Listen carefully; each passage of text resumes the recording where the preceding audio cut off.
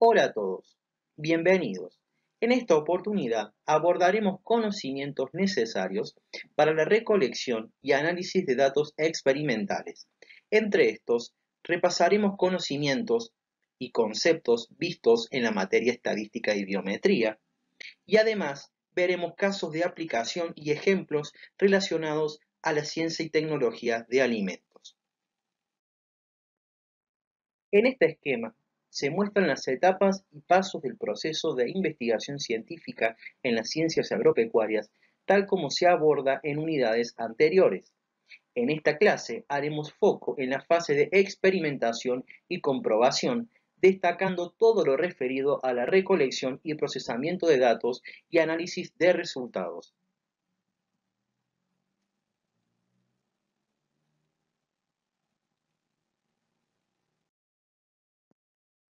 Es importante destacar que un proceso de investigación siempre cuenta con prácticas de aplicación con las cuales se obtiene información de utilidad para el objeto de estudio. Como se vio en el práctico anterior, siempre debemos definir nuestra unidad de muestreo, es decir, el objeto o unidad de análisis, como por ejemplo individuos, comunidades, elementos, una fruta, un pan, entre otros. A la hora de muestrear es muy común el término muestra, el cual representa un subgrupo de la población de interés donde se recolectarán datos. Este grupo deberá definirse y delimitarse de antemano con precisión, ya que debe ser representativo de la población. A modo de ejemplo, en alimentos, la muestra debe ser la harina de un molino y la unidad de muestreo el pan que se haga con esta.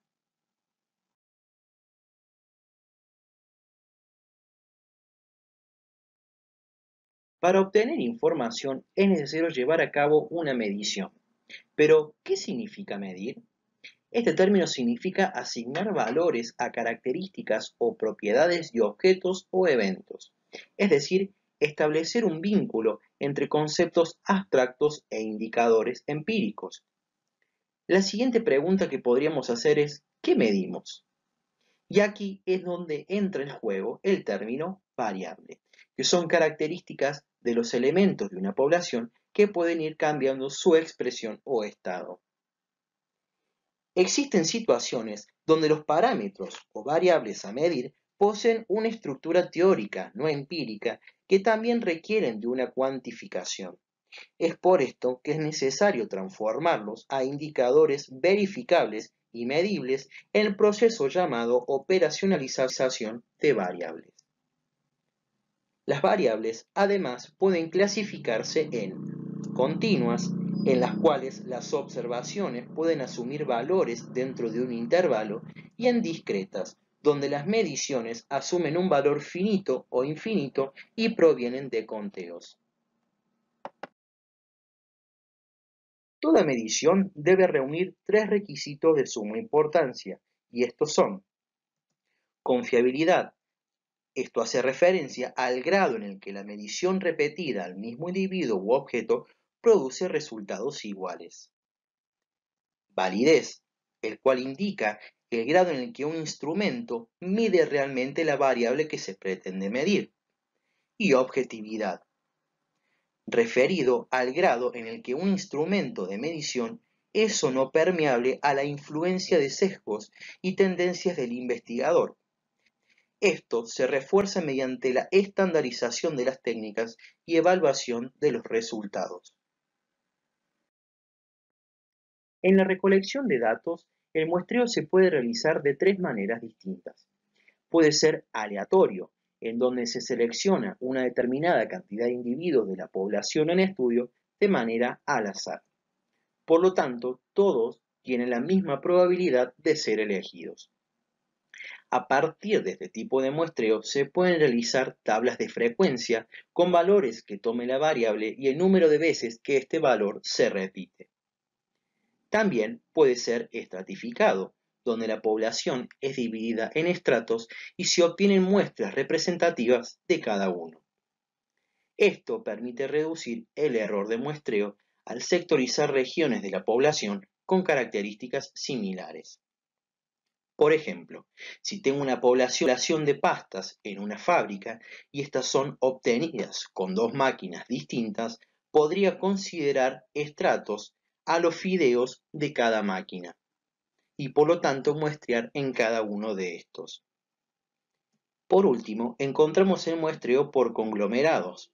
Aquí, la población al ser grande y abarcar mucho territorio, se fracciona en conglomerados para luego elegir de manera aleatoria aquellos agrupamientos en donde se extraerá la información. Este tipo de muestreo se suele utilizar con poblaciones muy grandes y cuando los recursos para esta actividad son escasos.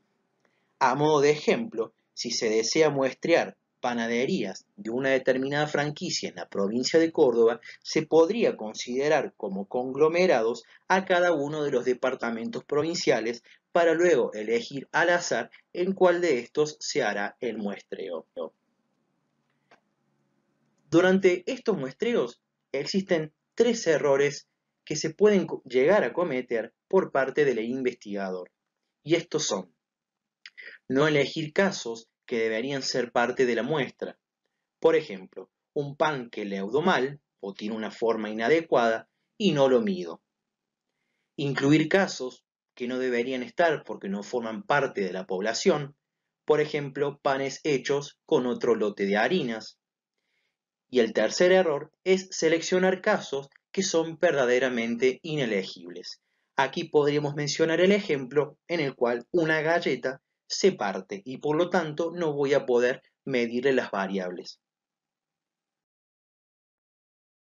Una vez que contamos con los datos provenientes de las mediciones, estamos en condiciones de calcular una serie de parámetros que permitirán caracterizar a la variable en estudio y por lo tanto a la población. Estas estimaciones las llamaremos descriptores de variables. Dentro de estos mencionaremos a las medidas de posición, las cuales están representadas por la media, la cual es un promedio de valores muestrales, la moda, que representa el valor de la variable que más se repite, entre otros. Además, existen las llamadas medidas de dispersión, y estas representan el desvío de los valores muestrales con respecto a la media poblacional. Entre ellos tenemos el desvío estándar, la varianza y el coeficiente de variación, el cual se calcula con el desvío estándar dividido la media poblacional. En toda investigación es necesario poder representar resultados en formas que sean de rápido entendimiento, tanto para el investigador como para evaluadores, editores y toda la comunidad. Para esto, la utilización de gráficos es muy eficiente. Dentro de los más conocidos tenemos al gráfico de barras, donde se suele representar frecuencias absolutas y relativas, como así también las medidas muestrales. También para la representación de frecuencias relativas se suelen utilizar gráficos de vectores. Con un diagrama de dispersión se pueden representar la relación existente entre dos variables. Un claro ejemplo de esto es la regresión lineal, que abordaremos más adelante. Por último, mencionaremos el diagrama de cajas, el cual suele utilizarse para demostrar la distribución de frecuencias. Otra manera de explorar los datos de una variable es a través de las medidas resumen. Esta salida se obtiene a través de un software estadístico como el Infostat y permite apreciar las distintas medidas de dispersión, posición, entre otras. En esta situación se midió el residuo de cocción en pastas provenientes de distintas fábricas. Como toda prueba estadística necesita una confirmación de los supuestos, es necesario el planteamiento de las hipótesis, las cuales son afirmaciones que se establecen para construir una prueba estadística. Estas hipótesis pueden ser dos. Una es la llamada hipótesis nula, la cual se toma estadísticamente como verdadera y el resultado es de aceptación o rechazo. La otra es la hipótesis alternativa, la cual es una postura que acepta valores alternativos a la hipótesis nula, por lo que se acepta al rechazar esta. La hipótesis alternativa es, en la mayoría de los casos, aquellas hipótesis que se utilizan en la investigación. Por último, existe un concepto estadístico ligado a la aceptación o rechazo de la hipótesis, y es el nivel de significancia. Esto indica la máxima probabilidad de rechazar la hipótesis nula cuando ésta es verdadera, es decir, la máxima probabilidad de equivocarse al rechazar la hipótesis nula. Además, también indica el grado de confianza con que se acepta la hipótesis alternativa. Los niveles más utilizados son 1% y 5%, y es con esto con quien se compara al p-valor de una prueba para formar una decisión que involucre a las hipótesis. Los análisis paramétricos son aquellos en donde los datos que se analizan poseen distribución de sus frecuencias de tipo normal. Uno de estos es el análisis de la varianza, el cual posee como objetivo constatar la hipótesis de que los efectos de los tratamientos o muestras son nulos versus que al menos uno es distinto. Este método estima los cuadrados medios, los cuales son promedios ponderados de las varianzas de los tratamientos. En una típica salida de análisis de la varianza encontraremos indicadores de validez para el modelo e indicadores de diferencias entre muestras. Para visualizar la confianza y el correcto ajuste del modelo estadístico, observaremos el R cuadrado, el cual, mientras más cercano a 1, mayor es la confianza. El coeficiente de variación, el cual, al ser una medida de dispersión, buscaremos un menor valor posible. Y por último, el p-valor del modelo. Aquí se pretenderá que éste sea menor al nivel de significancia.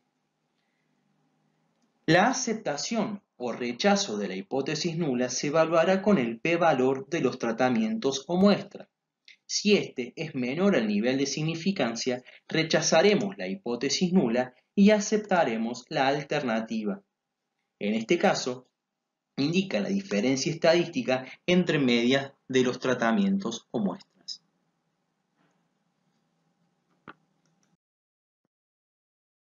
En aquellas situaciones donde se acepta la hipótesis alternativa, podemos realizar un denominado test de comparación de medias, en donde se muestrará, como en este caso, el agrupamiento de cada una de las muestras.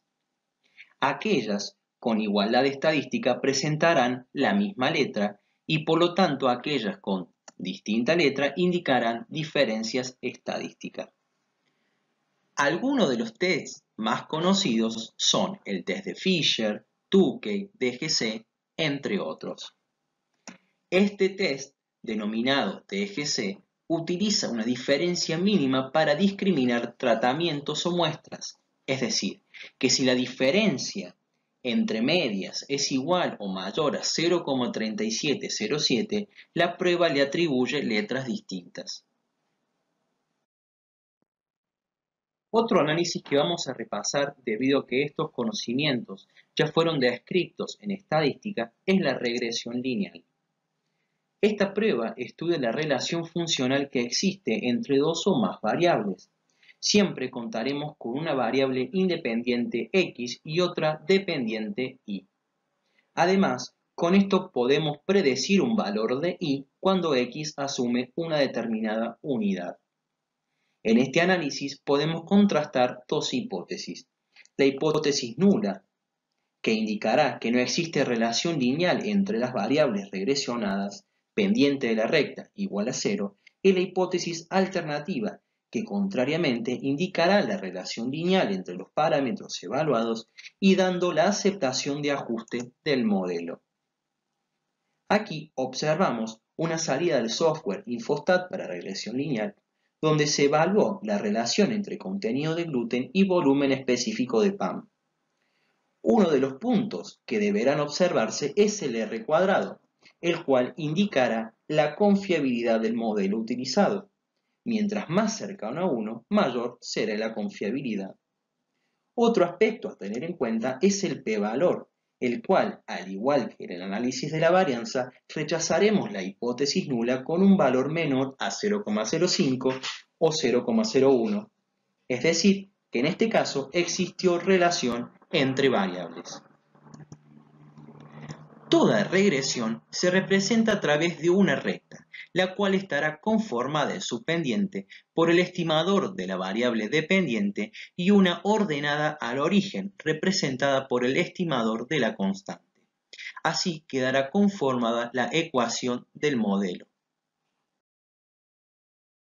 Aquí podemos observar la recta del modelo anterior, en donde se aprecian los valores relacionados entre ambas variables, e indica la tendencia del comportamiento, es decir, el incremento de y cuando x toma una unidad.